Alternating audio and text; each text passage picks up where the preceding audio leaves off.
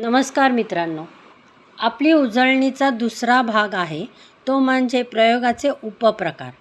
आपण मागच्या भागामध्ये प्रयोगाचे प्रमुख 3 प्रकार आहेत ते कसे लक्षात ठेवायचे हे अभ्यासलं होतं.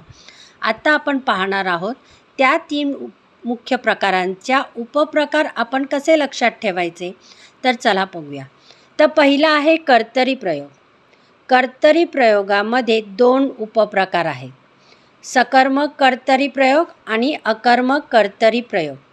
सकर्मक कर्तरी प्रयोग म्हणजे काय? कर्म असणारे वाक्य. अकर्मक म्हणजे काय? कर्म नसणारे वाक्य. पूर्ण वाक्य कर्तरी प्रयोगाचं असलं पाहिजे.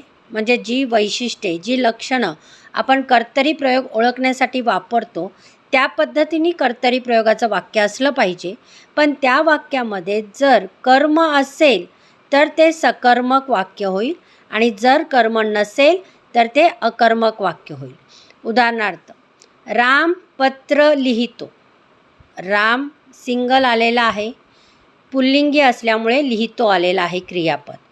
पण या वाक्यामध्ये कर्म दिलेला आहे म्हणून हे वाक्य झालं सकर्मक कर्तरी प्रयोग. दुसरं वाक्य आहे, राम हळूहळू लिहितो. कर्ता सिंगल आलेला आहे, कर्त्यानुसार क्रियापद आलेलं आहे, परंतु यामध्ये कर्म दिलेलं नाही म्हणून इथे हे वाक्य होतं अकर्मक कर्तरी प्रयोग. आलं लक्षात? तर आता पुढे बघूया. कर्मणी प्रयोग. कर्मणी प्रयोगामध्ये आपल्याला 2 प्रकार पडतात. एक प्रधान कर्तृक कर्मणी आणि एक गौण कर्तृक कर्मणी. प्रधान कर्तृक कर्मणीचे वाक्य म्हणजेच कर्मणीचे वाक्य होते, परंतु गौण कर्तृक कर्मणीचे 4 उपप्रकार पडतात आणि ते परीक्षेला विचारतात.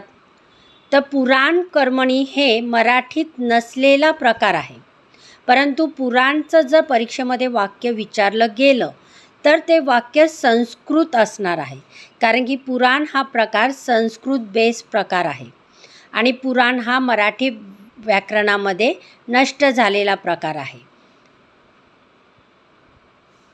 नवीन कर्मणी प्रयोग कसा ओळखायचा?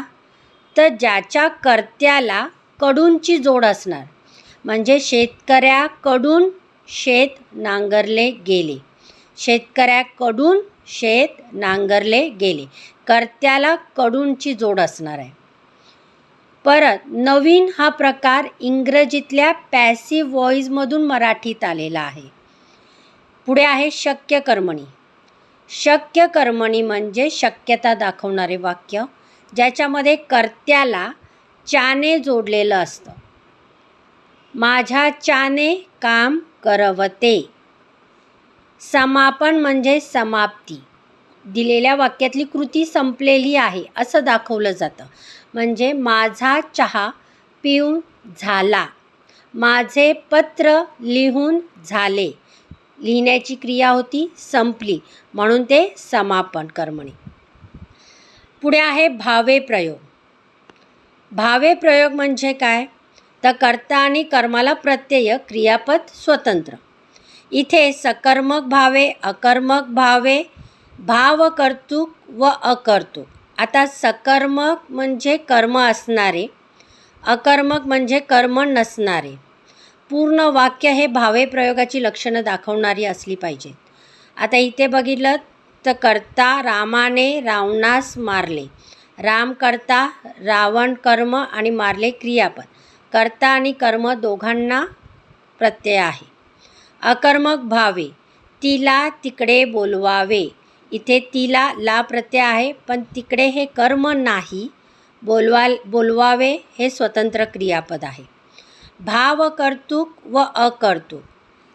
त्याला उन्हात कलकलते. कलकलणे हे स्वतंत्र क्रियापद आलं.